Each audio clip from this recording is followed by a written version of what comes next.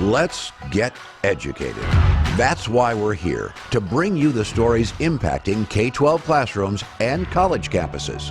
It's time for a little education. Woo! Hello, everyone. I am Katie Petrick, joined by David. Yes! Fiorazzo. We're here again, and you're there again, and thank you. Again. For watching, listening, supporting, sharing on social media. Again. All right, well, we have a California mom who was targeted by other moms. Ooh, mom on mom fighting. And then fired from her job after she voiced concern at a school board meeting about how the school's new sex ed curriculum is grooming the children. So a mom speaks out and obviously lose your job. Right, David? That's a summation of that story, huh? Mother of three, lost her real estate job. Why? She spoke out against a new sex ed curriculum at a school board meeting. So she's a California mom, and she said she was fired for simply objecting to the school's gender lessons. Here we go again. This is California, but let's watch the video. We'll come back and talk about it. That we have a big concern with what is now being taught to children as young as 10 in Benicia, such as children are being asked to identify their pronouns, and this is now part of the 10-year-old curriculum. This forces a gender discussion beyond the scope of the state requirements and complicates an already overburdened classroom environment. We are alarmed that gender identity is now being discussed in math classes. This takes time from core learning and does not benefit the students or our community. Teaching kids that there isn't any standard or truth and that you can believe anything you want to believe is not scientifically accurate or medically correct. For example, the notion that a girl can decide to be a boy or a boy can decide to be a girl is not true and should not be taught. The new curriculum teaches that individuals can decide if they're male or female, regardless of anatomy, does not explain that a boy cannot menstruate and a girl cannot impregnate someone. This is not scientific or medically accurate. Our 10-year-olds will now be taught that they can receive puberty blockers to prevent their body from going through changes that make them uncomfortable. All humans are uncomfortable during adolescence. To teach vulnerable children that a lifetime of dependence on medical care is a viable option is completely unacceptable. Whoa, David, whoa. She came at us so aggressively and so emotionally and so just illogical, and obviously that means irate. That means she cannot sell you a home. Gosh. Clearly. This is just, communist policy right here in America. Her critics launched a campaign to get her fired from her real estate job. Compass, according to a video posted on her website that was shared on X, Twitter. But, I listened to it and I'm thinking, first of all, how sad it is that parents really have to pay attention and go to bat and go to these school board meetings and talk like this. Like, hey, we can no longer talk about truth. And by the way, the reason it's in math class, they're talking about transgenderism, because the number of genders is getting higher and higher. So you need to know how to multiply, not just add. So that's why they're talking about this stuff in math class.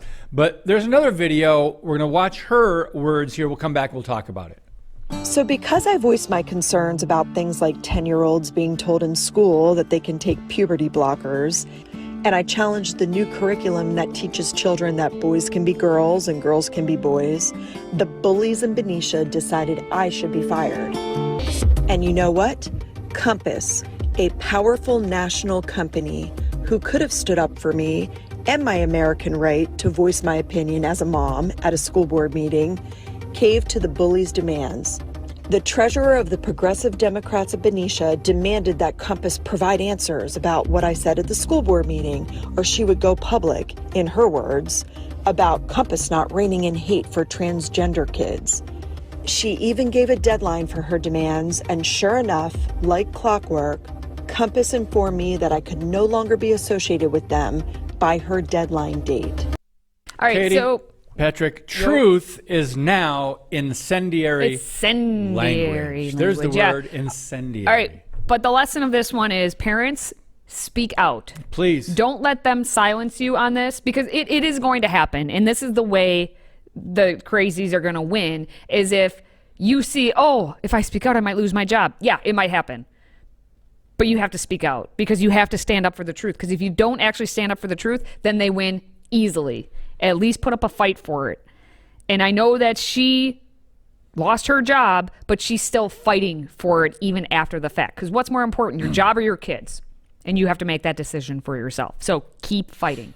Let me just read some of the responses from the irate, intolerant left, socialists, Democrats, humanists, Marxists, atheists, and radicals in the education system and in the public that are not tolerating truth and free speech. So letters were published in local newspapers that described her as anti-equity, anti-trans, anti-black, anti-choice, homophobe, because she dared to disagree with the new school curriculum, the sex ed, the boys can have periods, and all that kind of stuff. So she said, they called me a hateful bigot, a Nazi, a daughter of Hitler, and repeatedly identified me as a Compass real estate agent, although I never mentioned I was a real estate agent or that I worked for Compass. So this is really dangerous, and it sets a really bad and wrong precedent. And again, this goes to the fact that she never mentioned anything about where she worked. Yep. They will hunt you down. Yes.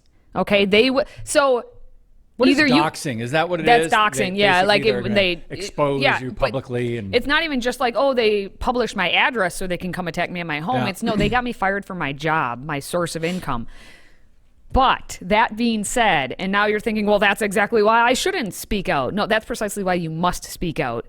Because if we don't keep fighting on it, then again, they are just going to roll all over everyone. Yeah. Look what happened to Bud Light when you stood up.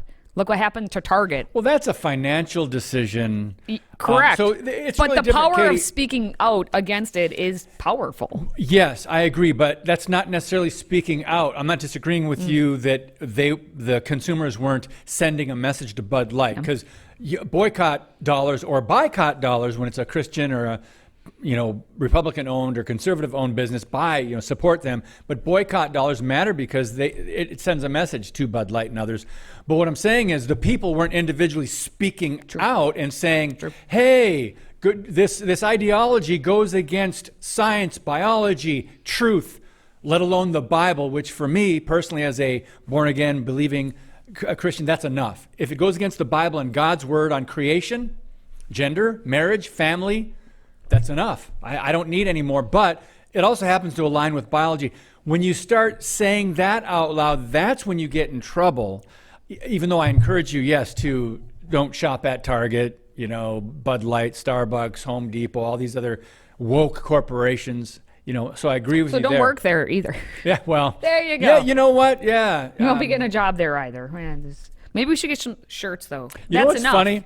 That's enough. I'm going to confession time before we move on. I still get occasional residuals from a show I did on the Golden Girls. Oh, he's back just in doing California. this to talk about his connection to Betty White. In the early 1990s, and I still get anywhere from like $14 to $30-some dollars a quarter for way. stuff I did in the early 1990s when I was on that show. And who are they owned by? Disney. Yes. So I'm confessing that I still get money from Disney Corporation because I did that. It's kind of funny to me. I open up that check, you go, okay, they have no idea who I am, but I'm exposing them, exposing the deeds of darkness. But I know you have a lot to say, but we've got to move on. Still to come. Sorry, Katie. The Alabama Republican Party is one step closer to blocking radical teachers' unions from influencing elections. We'll tell you what they did and how Florida played a big part. That's next.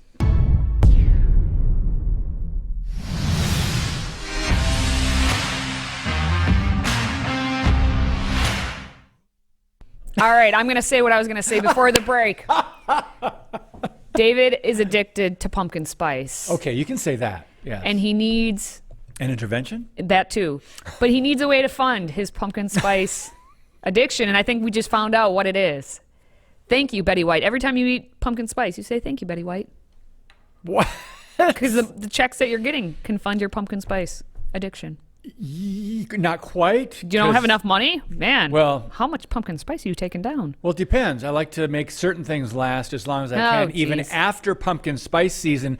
I mean, look, we're in the end of August, and I just a few weeks ago, I used my last K-cup of pumpkin spice coffee. So proud. And so I'm only missing like a month. And which means he's going to be stocking up now. Yeah, it's starting to come in to the stores again now. If anyone would like to send some K-Cups you use or their any pumpkin spice products, anything, I will taste David test them.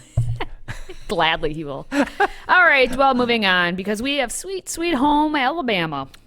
This month, the Alabama Republican Party moved to block woke state and national teachers unions from influencing school-related elections. Thank you. What? How do they do that, though? So the Alabama GOP voted to ban teachers unions from donating to school-related election campaigns to prevent the unions, specifically the NEA, the National Education Association, and the Alabama Education Association, from influencing the state policies. So John Wall is the chairman of the Alabama GOP, and he said the Alabama Republican Party is leading the charge to decrease the influence of the NEA and their associate groups over school systems. Thank you. The new standing rule passed by an overwhelming majority at 68% to 32% and is similar in style to a lot of what Governor DeSantis has been doing in Florida to stop woke policies in our classrooms. Let's take a look at what happened.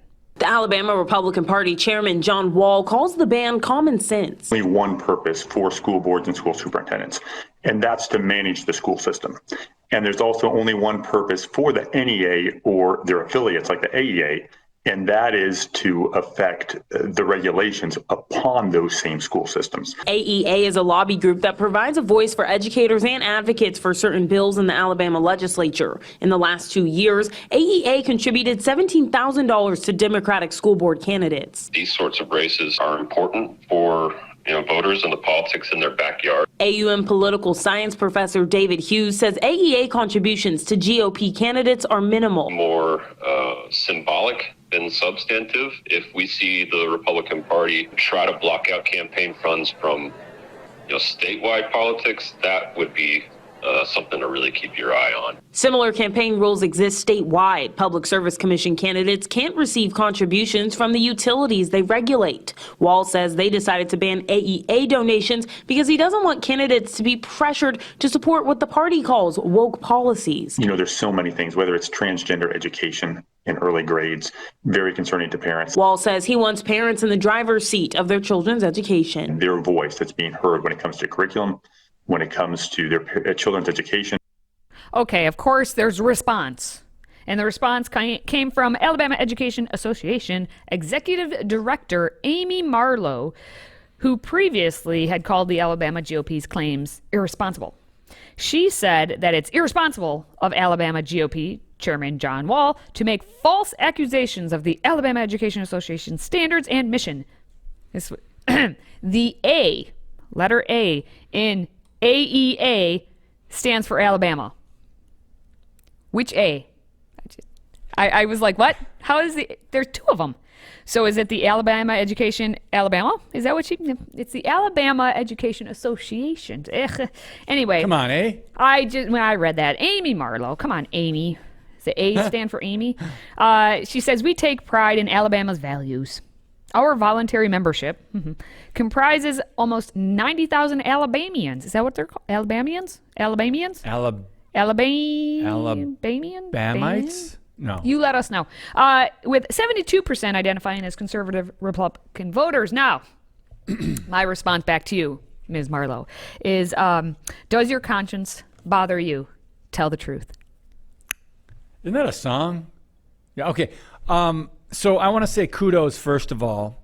And I also want to say state by state, this is a fight. This is what needs to happen. It should have happened 50 years ago when Democrats just really had a stronghold in every state, but the National Education Association and their funding, constant funding to Democrat candidates, to Planned Parenthood, to other entities.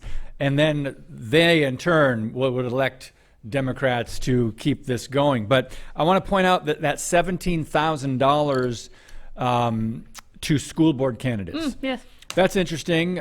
So they're also doing it at the local level. So that's what they're trying to stop. They're trying to come against this.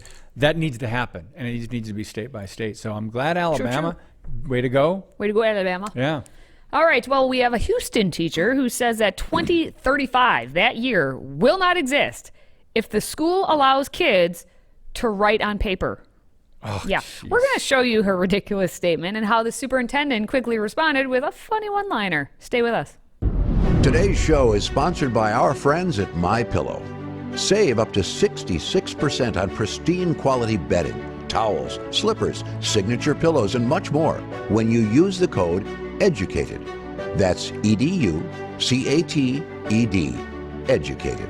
Support this show and a great American company.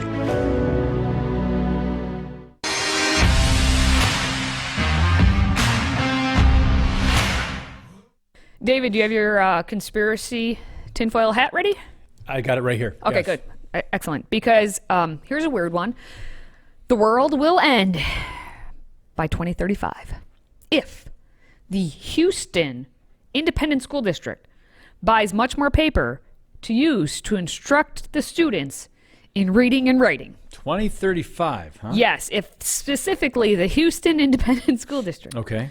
buys more paper so the kids can read and write. All right. Well, Michelle Williams, not the actress, she's the president of Houston Education Association, Of course. HEA. She said this comment at a community meeting with the newly appointed HISD Superintendent Mike Miles.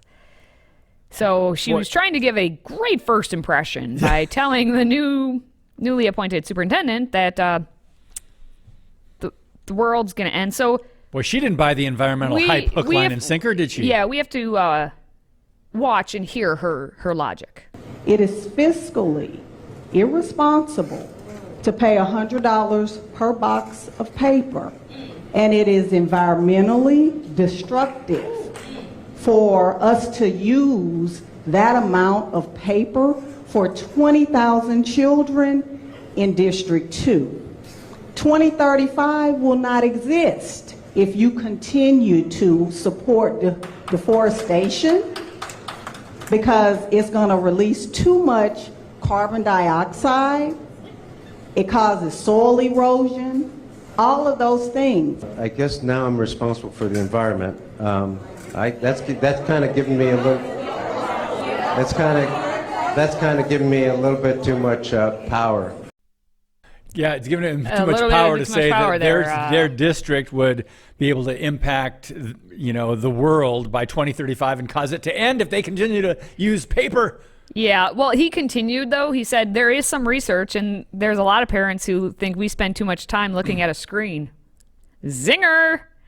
Thanks, Mr. Miles. Yes. Yeah, so less than half of that school district's students in grades 1 through 3 were reading at or above grade level as of this last December, according to a report by the Houston Chronicle.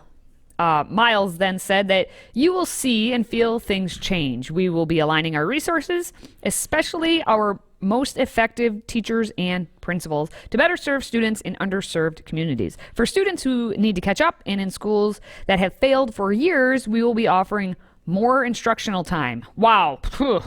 What a horrible superintendent he sounds like. He's going to actually try to get those kids to read, but we're not even going to make it there because the world's going to end, according to the union president lady. If the superintendent, he said that gives him a little bit too much much power. credit. If he makes kids use more paper, Katie, just the fact that we're talking about that this kind of ideology is going around the country, and particularly pushed by the left, climate activism and alarmism, and just it's just really so amazing that there's not more pushback. But people are buying this; they're really believing this. She wasn't faking it; she's concerned for the planet. She believes the talking points. Yeah, well, and she did clarify, but it kind of goes exactly to his point and why he's the newly appointed superintendent. She said, no, I don't think the world will end by 2035 if the district uses more paper in teaching students how to read and write.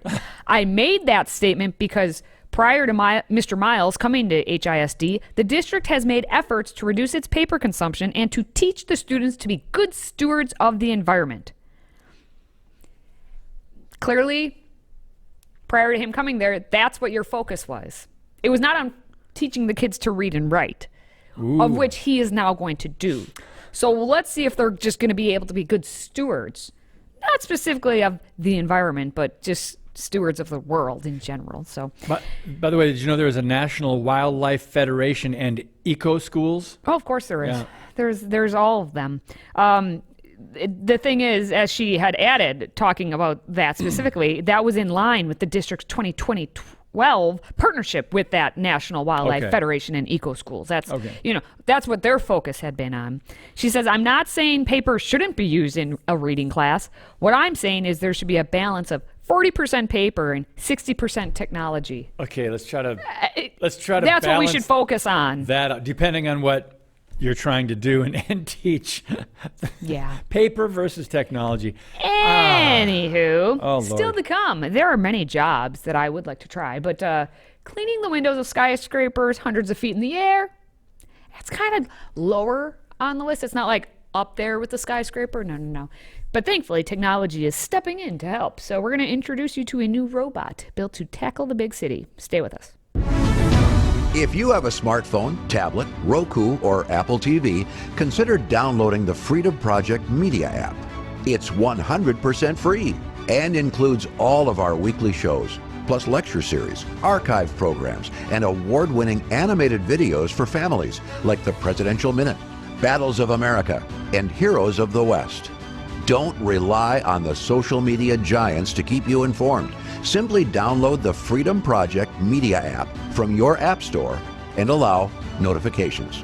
And we'll let you know when a new video is ready.